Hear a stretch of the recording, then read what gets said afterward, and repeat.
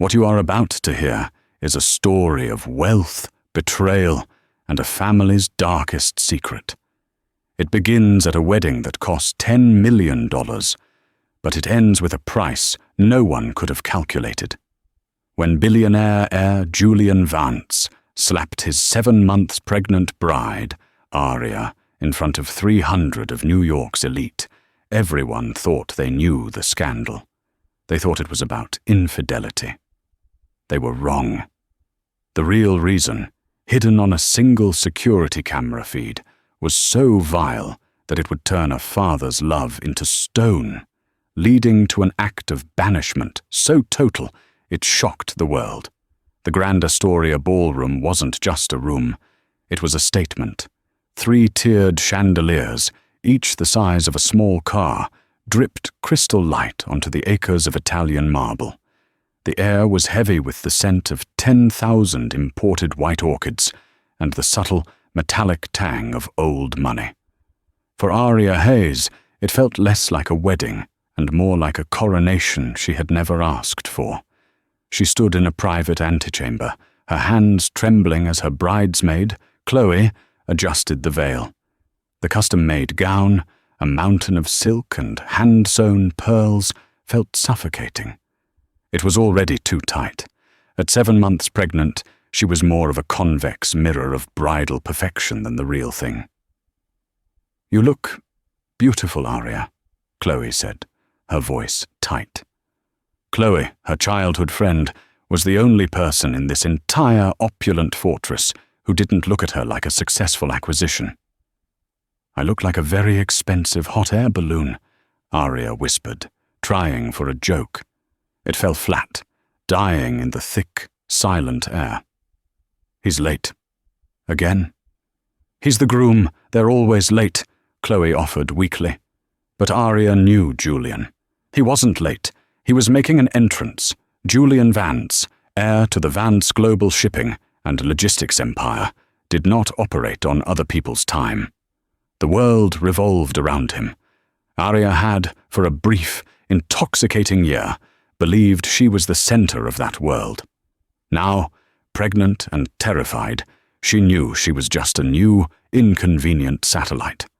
The real center of gravity, the man the entire event was truly for, was Arthur Vance.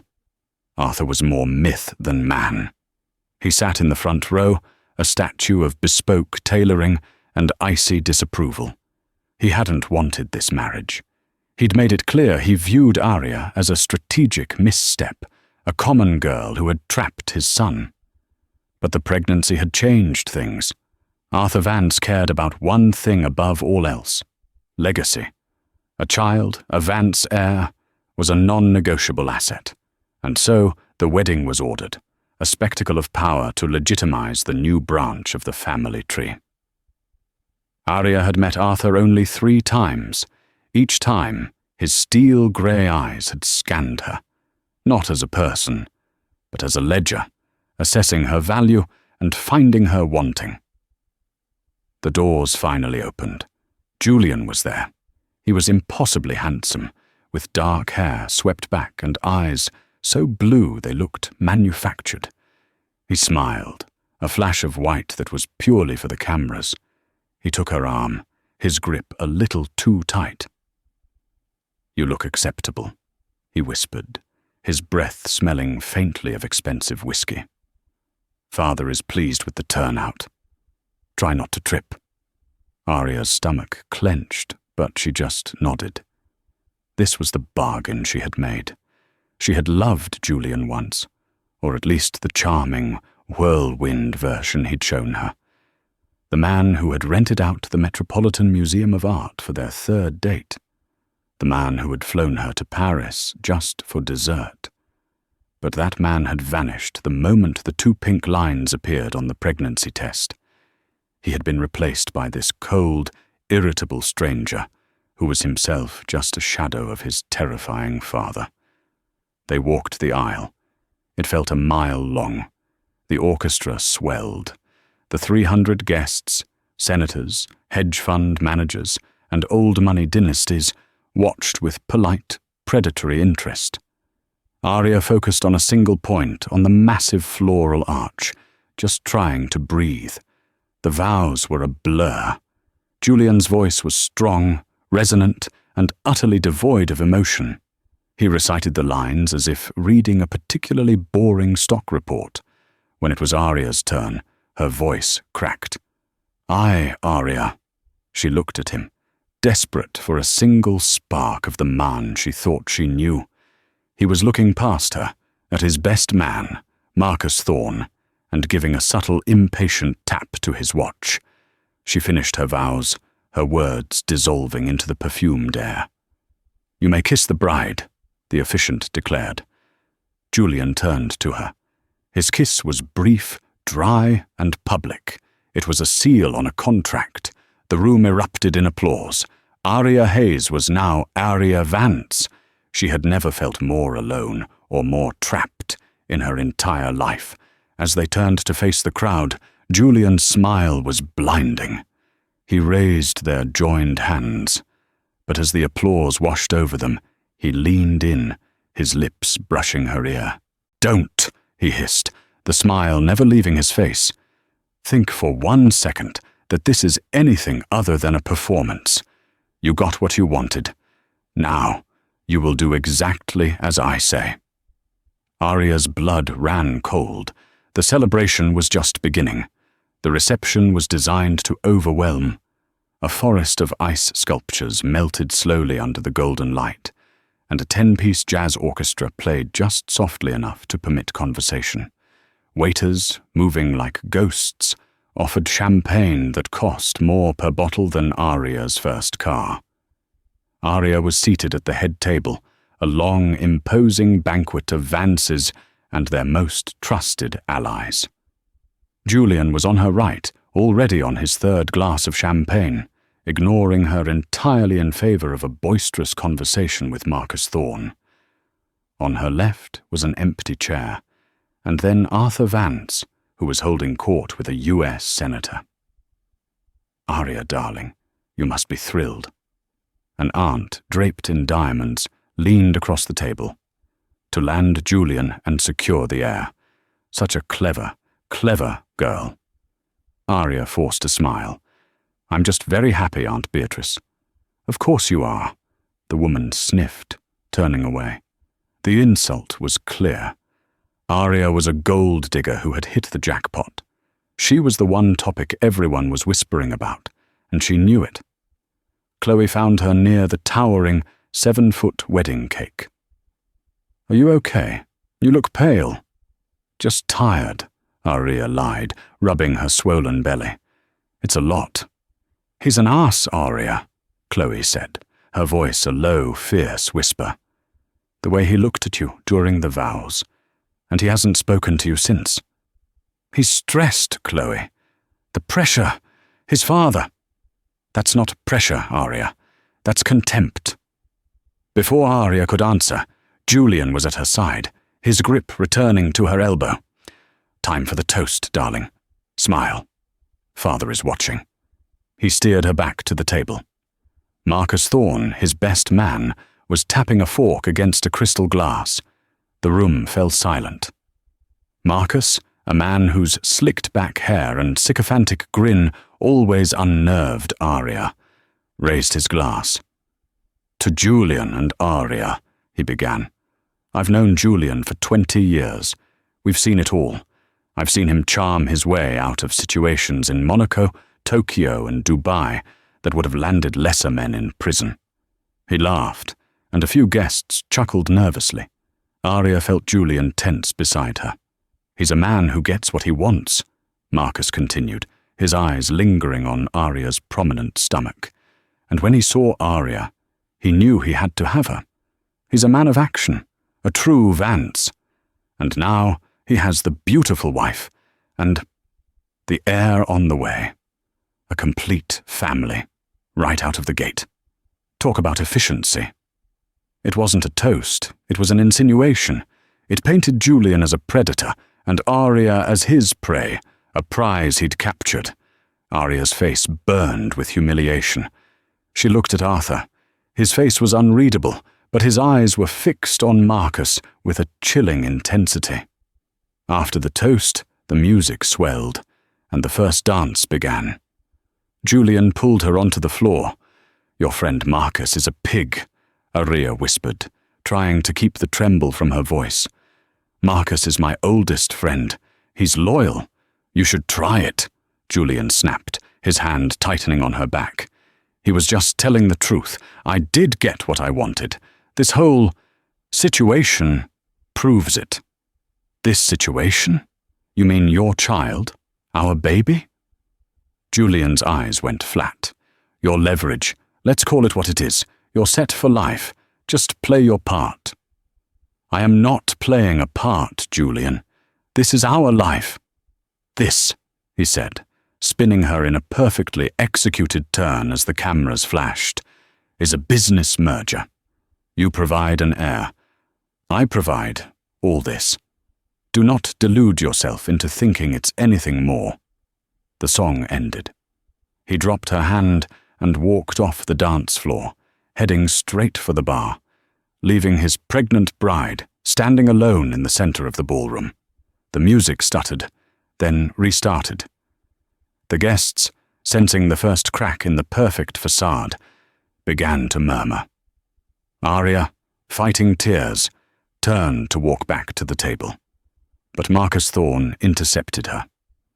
"A word, Aria," he said, his smile not reaching his eyes.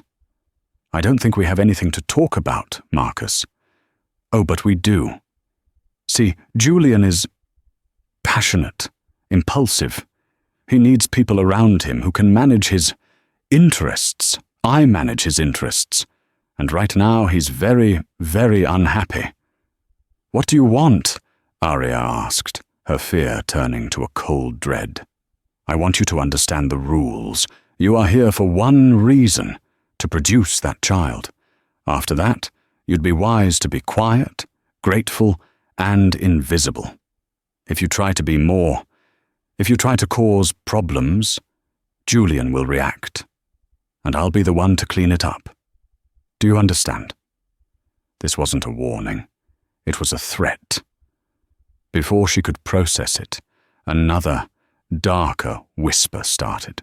It came from the direction of Serafina Croft, Julian's ex-girlfriend, a stunning, venomous brunette who was seated with Marcus's wife. Serafina was whispering animatedly to the woman beside her, who then gasped and covered her mouth, her eyes darting to Aria. The whisper was spreading. Like a virus, it moved from table to table. The tone of the room shifted from polite interest to a hungry, vicious buzz. People were looking at Aria, then at Julian, then back at Aria. Julian, grabbing another drink from a passing tray, saw it. He saw the looks, the whispers. His face, already flushed with alcohol, began to darken into a mask of pure fury. He slammed the glass down on the tray, shattering its stem. "What?" he snarled at a nearby guest. "What is everyone looking at?" He scanned the room, his eyes wild. They landed on Marcus, who was watching with a strange, calculated expression. Julian marched toward him, grabbing him by the lapel. "What did you do? What did you start?" "Nothing, man, I swear," Marcus said, holding his hands up. "It wasn't me. It was Serafina. She's been telling people. Julian, she's been telling people that." "Telling them what?" Julian roared. The orchestra faltered, then stopped. The ballroom was now deadly silent, save for Julian's ragged breathing. Marcus leaned in and whispered something in Julian's ear. Aria, standing 20 feet away, watched it happen as if in slow motion. She saw Julian's face go from red to a terrifying, bloodless white. His head snapped toward her. The look in his eyes was not anger, it was murder. He started walking toward her, not fast, a slow, deliberate, terrifying stalk. "Julian?" Aria whispered, taking a step back. "You," he growled, his voice a low vibration that seemed to shake the very air. "You scheming, lying." He was in front of her, 300 pairs of eyes were locked onto them. Arthur Vance was on his feet, his face a thundercloud. "Julian, you're drunk! Stop this!" Aria pleaded, her hands coming up to protect her stomach. "He told me," Julian spat. "He told me what everyone is saying, what Serafina has been telling them." "Telling them what? What lie?" "That you were so desperate to trap me. You weren't even sure the baby was mine. That you were sleeping with your ex, that artist, right up until we were engaged." Aria's world tilted. "What? No! Julian, that's insane. That is a lie." "Is it?" he roared. "Is it? You thought you could pass off some other man's bastard as a Vance?" "Julian, no, I would never. This is your baby," she cried, tears of shock and terror streaming down her face. "Liar!" And with all his strength, Julian Vance swung his open hand. The sound was a sharp, sickening crack that echoed through the vast, silent ballroom. It was louder than a gunshot. Aria's head snapped to the side. The force of the blow sent her stumbling backward. She tripped on the hem of her own gown and crashed to the marble floor, a heap of white silk and shattered dreams. For a second there was no sound, just the collective, horrified inhale of 300 people. Aria lay on the cold floor, her hand clutching her stomach, the side of her face screaming with a pain so sharp it blinded her. Then the chaos erupted. "Oh my God!" someone shrieked. Chloe screamed, "Aria!" and ran forward, but the first voice to cut through the noise was Arthur Vance's. It was not a yell, it was a roar of absolute command. "Security! Get them out! Get them both out of my sight! Now!" The slap had broken the spell. The perfect $10 million illusion of the Vance family was shattered, and the reality was ugly, violent, and public. Security guards, men in black suits with discreet earpieces who had been blending into the walls, moved with terrifying efficiency. They did not move toward Aria. They moved toward Julian. Julian stood panting, his hand still tingling, his eyes wide with a mixture of drunken rage and dawning horror at what he'd just done. She lied," he stammered, but the justification died in his throat. 2 guards flanked him. "Mr. Vance, please come with us." "Get your hands off me," Julian bellowed, trying to snatch his arm away. But these were Arthur's men, not his. Their grips were iron. They half dragged, half walked him from the ballroom, through a side service door, his protests echoing uselessly behind him.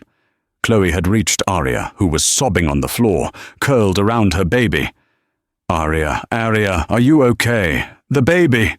I think so," Aria gasped, the pain in her cheek eclipsed by the frantic terror for her child. He hit me." Arthur Vance stalked across the floor. He did not look at Aria. He did not offer a hand. He stared down at her, his face carved from granite. His fury was not for her pain. It was for the spectacle. "This circus is over," he stated, his voice dangerously low. He snapped his fingers at a different set of guards. "Get her out of here. Take her to the bridal suite and do not let her leave. Get Dr. Evans here immediately to check on the situation, and take her friend with her." He then turned to the frozen, silent crowd. "My son is unwell. The reception is concluded. Your cars are waiting." He turned and strode from the ballroom without a backward glance. There were no apologies, only commands. The message was clear. The Vances would handle their own mess. The rest of the world was dismissed. Chloe helped Aria to her feet. The side of Aria's face was already a shocking, angry red, the imprint of Julian's hand clear. She was hustled through a different service corridor, past carts of half-eaten canapés and shocked kitchen staff, and up a private elevator to the bridal suite. The suite was a palace, larger than her old apartment, filled with more white orchids and congratulatory bottles of champagne. The contrast between the celebratory setting and Auria's reality was grotesque. A guard posted himself outside the door. They were prisoners. He believed it, Aria sobbed, collapsing onto a silk chaise lounge. He believed that bitch Serafina. How could he think? Because he's a monster, Aria. That's what I've been trying to tell you, Chloe said, her face pale with fury. She rushed to the minibar, grabbing a bottle of water and wrapping ice in a linen napkin. Here, for your face.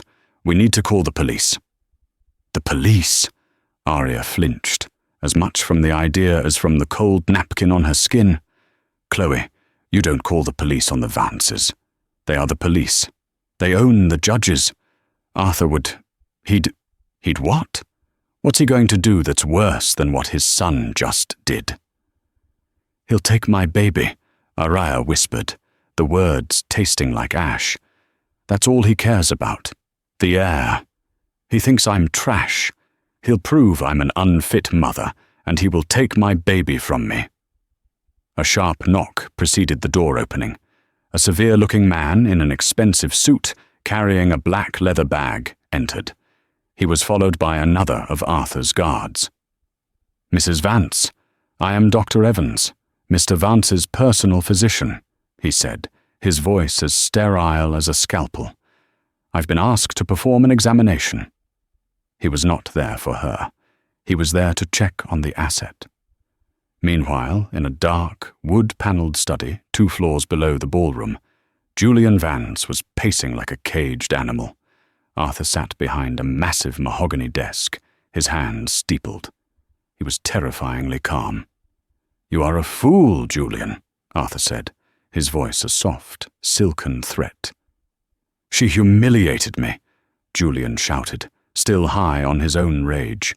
She's carrying another man's child. She tried to pass it off as a Vance.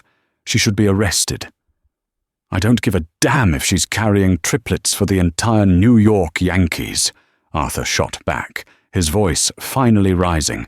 You did this disgusting, low-class performance in front of Senator Harrison, in front of the board of Sumitomo, in front of Vogue. You have made my name, our name, a tabloid punchline. I'll fix it. We'll annul the marriage. We'll prove the fraud. We'll destroy her. Arthur slammed his hand on the desk. You will do nothing. You are too stupid, too hot-headed, and too weak to fix this. You have created a public relations catastrophe. I don't care about the girl. I care about the child. If that child is yours, you have just publicly assaulted the mother of the Vance heir. If it is not yours, you have married a fraud and announced it to the world. In either scenario, you are the loser. You are the laughing stock. Julian deflated, the alcohol and adrenaline finally giving way to a sickening fear. Not of what he'd done to Aria, but of his father. Father, what do we do? You, Arthur said, standing, will be flown to the compound in Zurich tonight. You will stay there. You will not speak to anyone. You will not have a phone. You will wait until I have cleaned up your repulsive mess. Is that clear? Zurich. For how long? Father, I can't just... You can, and you will. Arthur pressed an intercom. Jacob, take my son to the airfield. Now. Julian, for the first time, looked truly panicked. Father, please. It was Serafina. She told Marcus. She's the one who started this. Punish her. She lied. Arthur paused, his hand on the door. Serafina Croft? Yes, she's jealous. She's trying to ruin me. She started the rumor. She's the problem, not me. Arthur considered this. The Vances did not tolerate outside threats. Fine. I will deal with Serafina. I will deal with Marcus. I will deal with the girl. But first, I deal with you. He left. Julian was alone for a moment before Jacob, Arthur's formidable head of personal security, entered the room. Julian's reign as heir apparent was over. He was, once again, just his father's disobedient, pathetic child. Back in the study, Arthur sat alone. He detested loose ends. He needed to know exactly what happened. Who said what? Who knew what? He needed leverage to control the narrative. The girl was a problem. The rumor was a problem. He picked up the phone. He didn't call his lawyer. He didn't call his PR team. He called the head of security for the Grand Astoria Hotel. "Mr. Peterson," Arthur said, his voice cold. "I'm in the Chamberlain study. I am requisitioning all security footage from the ballroom, the main lobby, and all connecting service corridors from the last 3 hours. I want every angle. Bring it to me, now." Arthur Vance was going to find the root of the rot and cut it out. He was going to watch the entire night again, frame by frame. He had no idea he was about to uncover a secret infinitely more toxic than infidelity. Mr. Peterson, the hotel's head of security, was a former police detective. He knew a volatile situation when he saw one. He also knew that when Arthur Vance requisitioned something, it was not a request. Within 15 minutes, he was in the Chamberlain study with the encrypted hard drive and a laptop. "Mr. Vance," Peterson said, his voice professionally flat, "this is everything. We have 17 cameras covering the requested areas.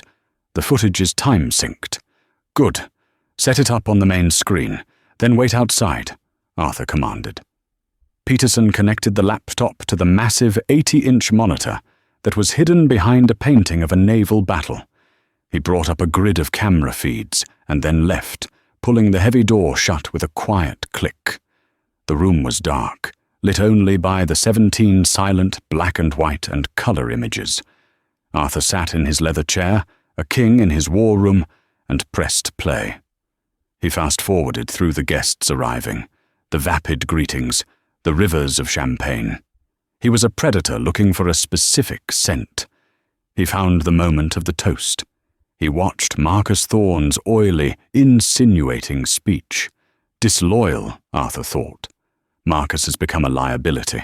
He enjoys the chaos too much. He watched Julian leave Aurea on the dance floor, weak, no control. He watched the tables. He zoomed in on camera 7, which was focused on Seraphina Croft's table. He watched her lean in, her face animated and cruel, whispering to the senator's wife. He watched the woman's eyes go wide. He watched the poison spread. So, Julian was right about that, at least, Arthur mused. Seraphina lit the match. He made a mental note. Seraphina's family had 2 outstanding loans with a bank Vance Global controlled. They will be called in. By morning. He then focused on the main ballroom feed, camera 1. He watched Julian, enraged, confront Marcus. He saw Marcus whisper in his son's ear. He then watched Julian's inexorable, brutal march toward Aurea. He watched the slap. He watched it again. The raw, undisguised violence of it. The way Aurea crumpled. The way his son stood over her. His face contorted in a mask of such utter lack of control. Arthur felt a cold disgust. Not pity for Aurea. Disgust for Julian. This was his heir. This clumsy, emotional, idiotic boy.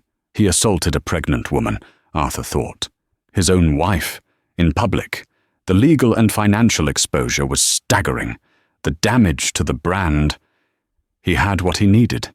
He had the origin of the rumor, Seraphina, and the act itself. He could begin the narrative. A jealous ex-girlfriend's lies. A groom pushed too far. A regrettable, emotional outburst. He would fix it. He would buy Aurea's silence with a massive settlement, isolate Julian until the press cycle died, and then emerge with his grandchild, the only untainted piece of the entire affair. He was about to shut it down when something tickled his obsessive need for control. The rumor of infidelity was the motive, but Julian's actions seemed disproportionate, even for him. And Marcus. Why did Marcus seem so smug? Arthur was a man who didn't believe in simple motives. He always looked for the real leverage. He went back in the timeline. He scrolled to an hour before the ceremony. The guests were not yet present. The ballroom was empty, save for staff. He watched the feeds, kitchen staff, florists, orchestra members tuning. Then he saw him. Julian. Camera 12. A high-angle shot of a service corridor behind the main ballroom, near the kitchens. Julian wasn't supposed to be there. He was supposed to be in his own grooming suite. He was with Marcus Thorne. They were standing near a bank of ice machines, partially obscured by a large metal cart. They were arguing. Arthur leaned forward.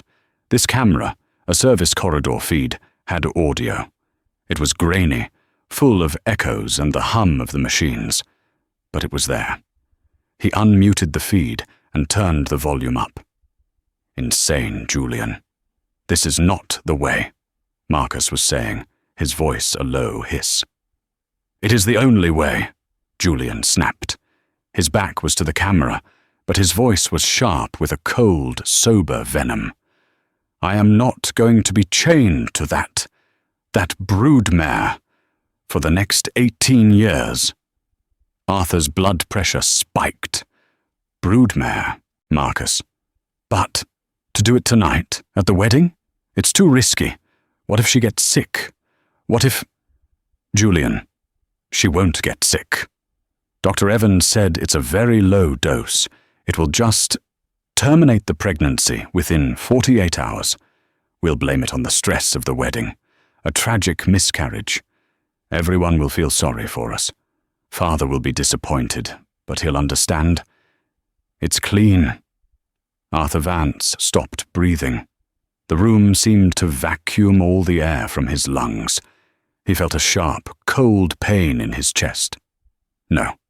He rewound the last 30 seconds. He watched it again. Julian, a very low dose. It will just terminate the pregnancy.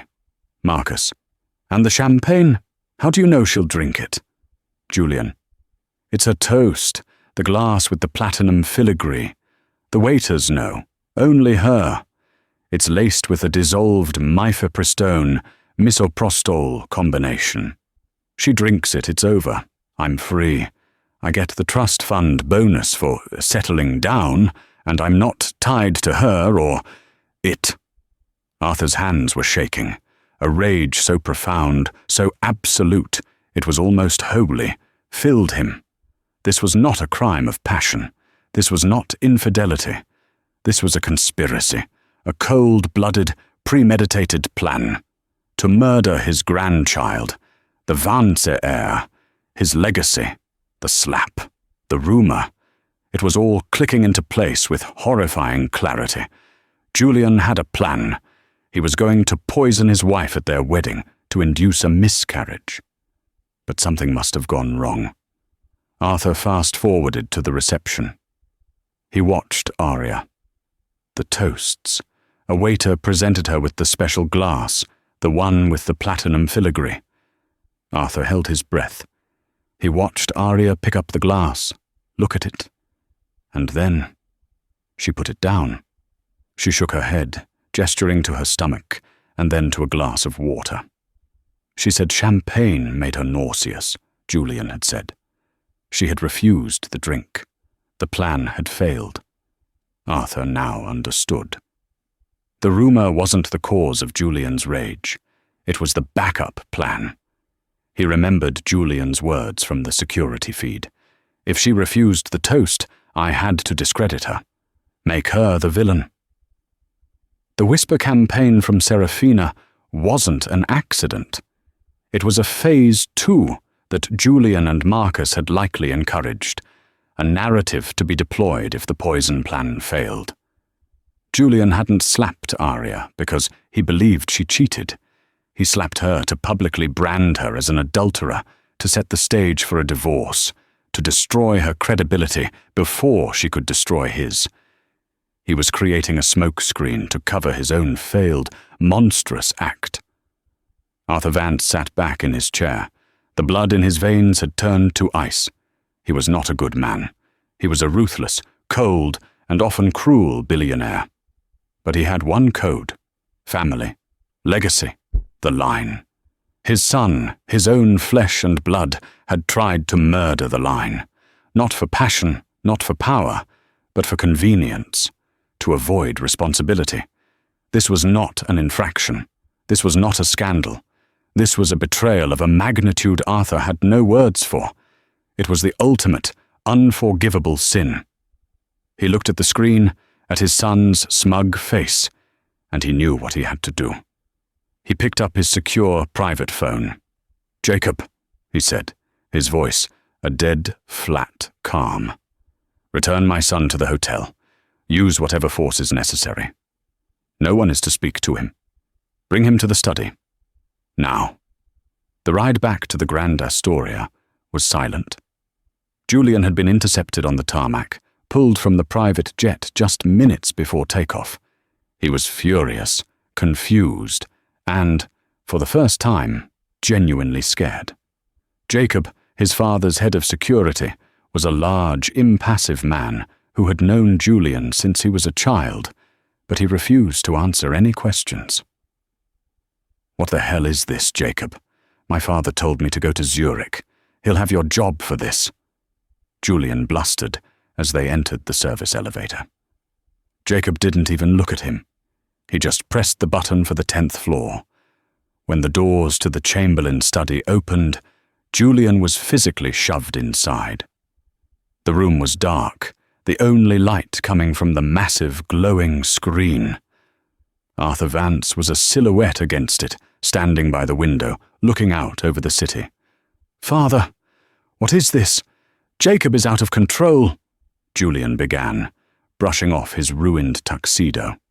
"Silence," Arthur said. He didn't turn around. His voice was not the booming, angry tone Julian was used to. It was something new, something dead. "Father, I know you're angry about the spectacle, but I told you I can fix it. We'll destroy her. We'll prove the paternity, or lack of it."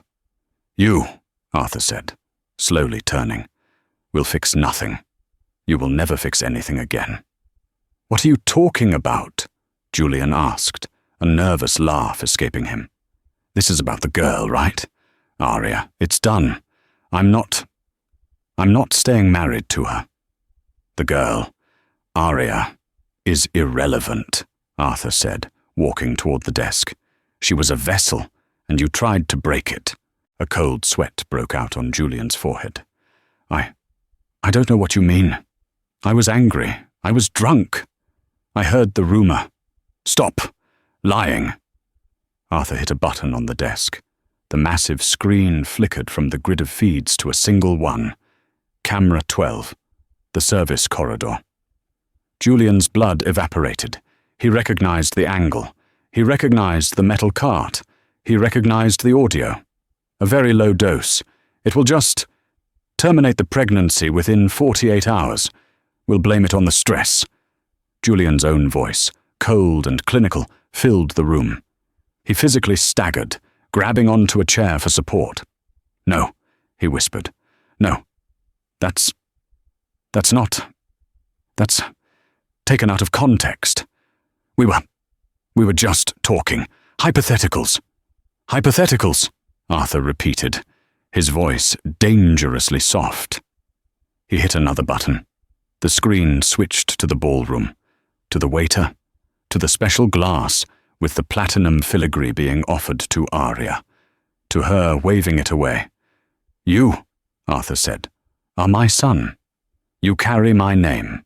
You were given every advantage, every privilege, every opportunity in the known world, and you used it all to do this." "Father, please," Julian begged, his arrogance completely gone, replaced by the raw terror of a child. I panicked. I wasn't ready to be a father. I didn't want my life to be over. It was a mistake.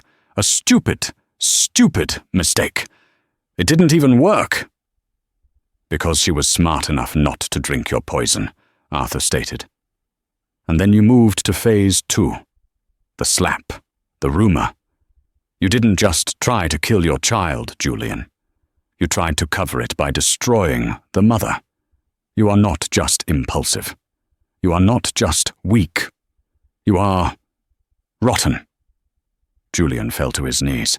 Father, please, I'm sorry. I'll do anything. I'll go to therapy. I'll go to Zurich. I'll raise the child. I'll apologize to her. Please don't do this. Arthur Vance looked down at his sobbing, kneeling son. His face was blank. He felt nothing. No anger, no sadness, just finality. The line was broken. The air was corrupt. You are not sorry, Arthur said. You are sorry you were caught. He picked up his phone. Jacob, enter. The door opened. Jacob stood there, his face as impassive as his employer's. Julian Vance, Arthur announced, as if reading a corporate directive, is to be removed from the premises. He will be escorted to a waiting car, which will take him to a bus station. He is to be given the clothes he is currently wearing, his wallet, and his personal identification. Nothing else. Julian's head snapped up. What? A bus station? Father, this isn't funny. His bank accounts, his credit lines, and his trust fund access are to be terminated, effective immediately. His corporate keycards are deactivated. His name is to be removed from all family properties. He is no longer an officer of Vance Global. He is no longer my son. You're disowning me? Julian whispered in disbelief. Disowning, Arthur said, is a word for families. This is a corporate restructuring. You are a failed asset, a liability, and I am cutting my losses. You can't, Julian shrieked, scrambling to his feet. I am Julian Vance. You can't just delete me. I'll go to the press. I'll tell them everything. About the Cayman accounts. About what you did in... Jacob moved. In one fluid motion, he grabbed Julian's arm, twisted it behind his back, and slammed him face first against the mahogany desk. Julian screamed in pain. Arthur walked over and leaned down, his face inches from his son's. You will tell them nothing, Arthur hissed, because 1, you have no proof. I am meticulous. You are not. And 2, if you so much as breathe my name to a reporter, I will release this. He tapped the hard drive containing the security footage. The full footage, the one of you conspiring to poison your pregnant wife. You will not just be a social pariah. You will be a criminal. Marcus Thorne is already in police custody, zinging like a canary to save his own skin. He has already implicated you as the mastermind. Julian's fight was gone. He was just sobbing into the desk. You are nothing, Arthur said, his voice flat. You have no money. You have no name. You have no family. You are a ghost. And you will be fortunate if you are not in a prison cell by morning. The only reason you are not is that I do not want my grandchild's father to be a convict. That is my last, and only, gift to you. Now get him out of my sight. Jacob hauled Julian to his feet. Father! Julian cried one last time, his voice broken. Please, don't! I'm your son! Arthur Vance had already turned his back. He was looking at the screen, at the grainy image of the son he once had, and the son he had just erased. I have no son, he said. Jacob dragged Julian from the room. The door shut. Arthur Vance was alone in the fortress of his own making, with nothing but the silent, unblinking eye of the security camera for company. For Aria, the next 12 hours were a blur of antiseptic and fear. Dr. Evans, after a tense clinical examination, confirmed that she and the baby were, physically, unharmed.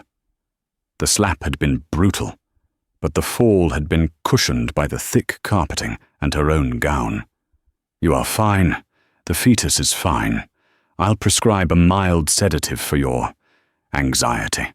the doctor had said, already packing his bag. "He's not a fetus. He's my son," Aria had snapped, her terror finally giving way to a raw, protective anger. Dr. Evans had simply raised an eyebrow, made a note in his file, and left. Chloe stayed with her, the two of them huddled on the massive, unused bed until sunrise. The guard remained posted outside. They were in a cage, waiting for the zookeeper to decide their fate. At 8 a.m., there was a sharp knock. Chloe and Aria both jumped. "Miss Hayes, may I enter?" It was not Arthur's voice. It was a woman's. "Yes," Aria called out, her voice hoarse. The door opened. The guard stepped aside. A woman in an immaculately tailored, navy blue suit entered. She was in her late 40s, with sharp eyes and an aura of absolute, intimidating competence. "Aria Vance?" the woman asked. It's Hayes. Aria Hayes," Aria said, finding a sudden strength. "Who are you?" "My name is Rebecca Stone. I'm a senior partner at Sullivan and Cromwell. I have been retained by Mr. Arthur Vance." Aria's heart hammered. Chloe stood up, putting herself between Aria and the lawyer. "She's not signing anything. We're getting our own lawyer." Rebecca Stone gave Chloe a brief, dismissive glance, as if annoyed by a buzzing fly. "That will not be necessary, though you are, of course, free to do so. It will just delay the inevitable. I am not here with a divorce settlement, Miss Hayes, or a non-disclosure agreement." Aria was confused. "Then, why are you here?" "I am here," Rebecca said, "to inform you of 3 things. First, as of approximately 3:15 this morning, Julian Vance was formally and permanently disinherited by his father. He has been removed. He is no longer a part of the Vance family or Vance Global." Aria stared, uncomprehending. "Disinherited? But why, because of the slap?" "Let's just call it an accumulation of failings," Rebecca said smoothly, her eyes betraying nothing. "Second, Mr. Marcus Thorne was arrested by the NYPD early this morning. He has been charged with, among other things, conspiracy to commit assault and reckless endangerment." "Reckless endangerment? Against who?" Aria asked. "Against you," Rebecca said, "and your child." The lawyer opened her briefcase and pulled out a single folder. "Which brings me to my third and most important point. Mr. Vance, Mr. Arthur Vance, knows everything. He knows about the lies, the rumors, and he knows about the conspiracy against you at the reception." Aria felt dizzy. What conspiracy?" Rebecca Stone paused, her lawyerly facade softening for just a fraction of a second. "Ms. Hayes, it has been discovered that Julian Vance, with the aid of Marcus Thorne, planned to induce a miscarriage at the wedding reception. The plan involved a tainted glass of champagne. When you refused the drink, he resorted to his backup plan, public humiliation and violence to discredit you." Aria collapsed back onto the chaise. The world swam. It wasn't just rage, it wasn't just infidelity. He had tried to kill their baby. The slap wasn't the attack. The toast was. "Oh God," she whispered, her hands flying to her stomach. "Oh my God, Chloe." Chloe looked horrified, but her eyes hardened. "And Mr. Vance, the father, he's just telling you this." "Mr. Arthur Vance," Rebecca continued, her voice precise, "views this act as an unforgivable betrayal. Not against Miss Hayes, I must be clear, but against the Vance family line. His legacy. He is an Old Testament man, Miss Hayes, and his son has been cast out. Permanently." "So, what does he want from me?" Aria asked, her voice a small whisper. "He is offering you a new life. Not a settlement, not a go-away fund. A fortress." Rebecca laid out the terms. It was not a negotiation. It was a directive. 1. A 5-bedroom, high-security brownstone in Brooklyn Heights, purchased by a shell corporation and put in a trust. 2. A permanent salaried security detail, reporting only to Rebecca Stone's office. 3. A living stipend of $50,000 a month, tax-free for the rest of her life, and a separate unlimited educational and medical fund. 4. The immediate, quiet dissolution of her marriage to Julian, all legal fees covered. Aria was stunned into silence. It was freedom. It was more money than she had ever dreamed of. And the catch? Chloe asked, her arms crossed. The catch, Rebecca said, meeting Aria's eyes, is the child, the paternity. Mr. Vance's entire generosity is predicated on one thing, that this child is a Vance. He is, Aria said instantly. Mr. Vance requires proof. A prenatal paternity test will be arranged today at a private clinic. If, as you say, the child is Julian's, this arrangement becomes permanent. If it is not, it is, Aria said, her voice like steel. I have never been with anyone else, not since I met Julian. It was his paranoia, his cruelty. Very well. Then this is just a formality, Rebecca said. Once the child is born, he will be the sole heir to the Arthur Vance Trust, a fund that bypasses Julian entirely. You, Miss Hayes, will be the sole trustee of that fund until the child is of age. You will control it. You will be, in effect, one of the wealthiest women in New York. You will answer to no one, especially not to Arthur Vance. Aria couldn't believe it. He's giving me control over his grandchild after he said I was... He was wrong, Rebecca stated simply. He misjudged you. And he abhorrently misjudged his son. He is not doing this out of love, Miss Hayes. He is doing this to protect his legacy. You have proven yourself to be a fierce protector of that legacy. He is investing in you. He has only one condition. What? He wishes to have visitation rights. At your discretion.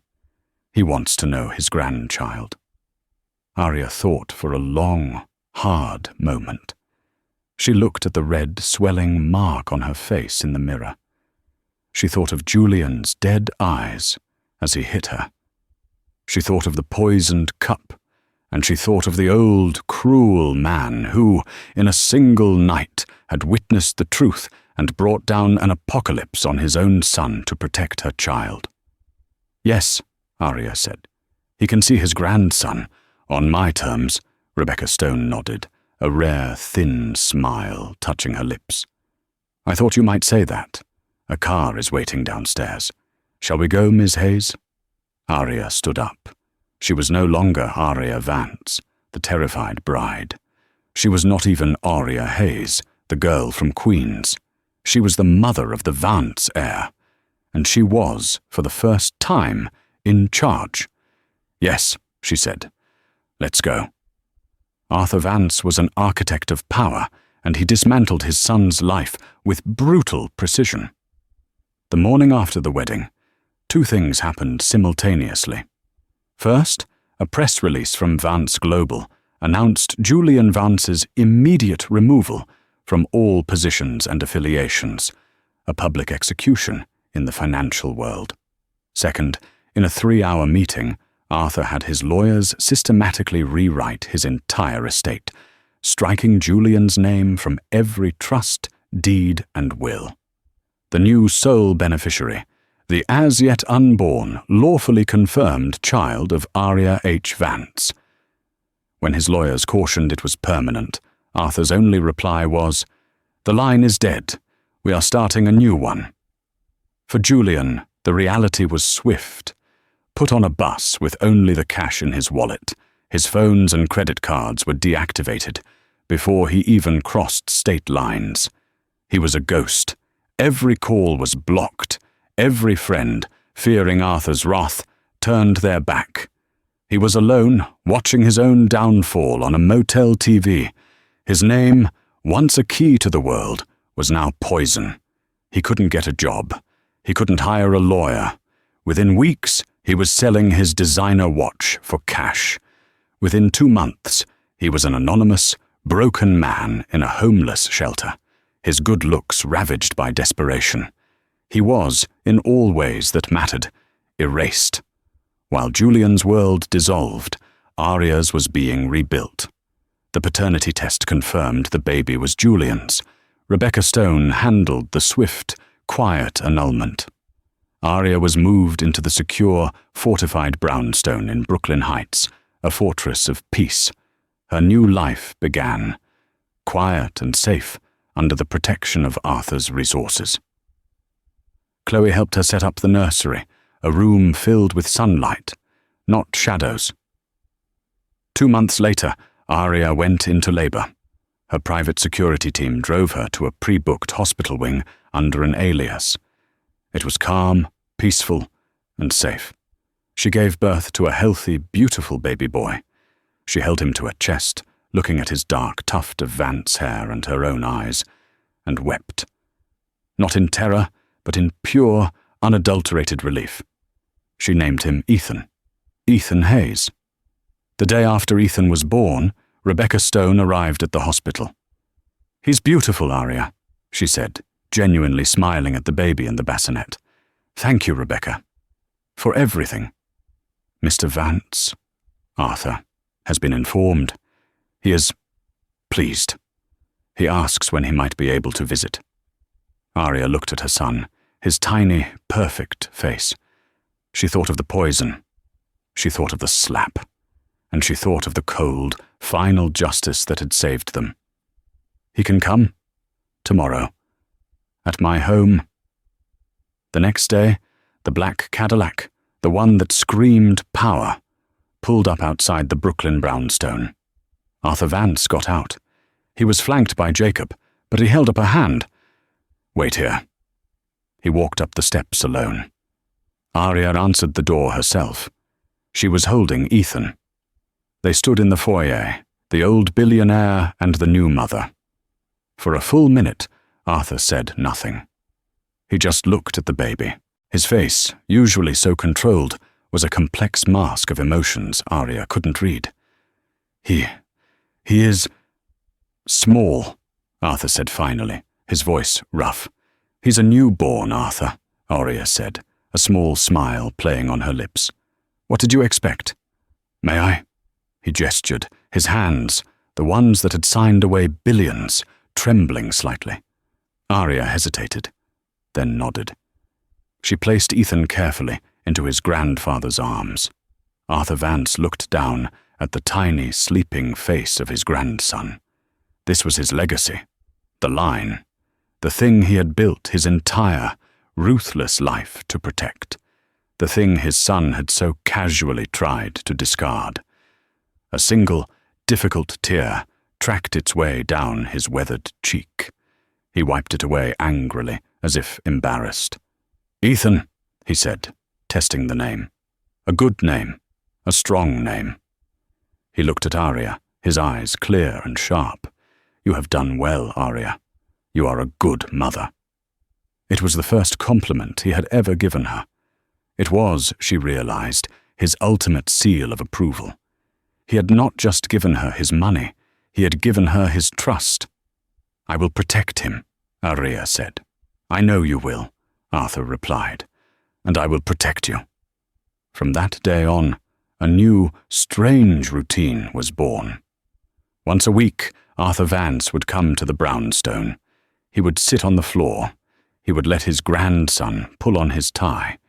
He never offered parenting advice. He never tried to control her. He was just a grandfather.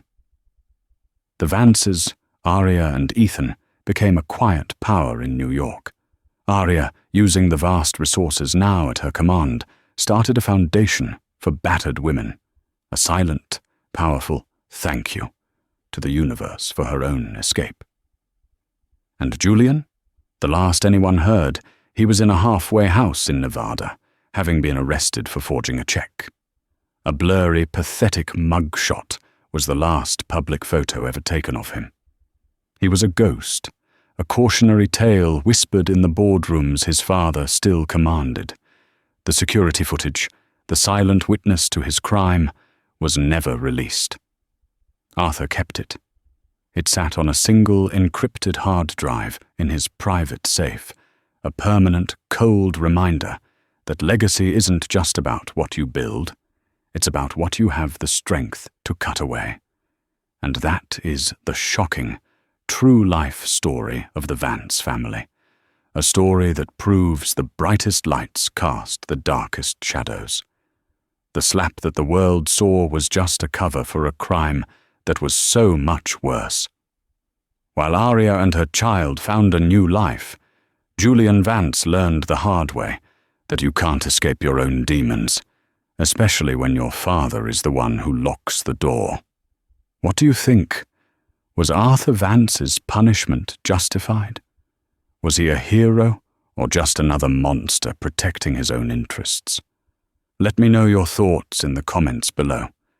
If you were gripped by this story, please hit that like button. Share it with someone who loves a story of intense drama. And most importantly, subscribe to our channel. We uncover the most incredible real-life dramas every single week, and you won't want to miss what's coming next. Thanks for listening.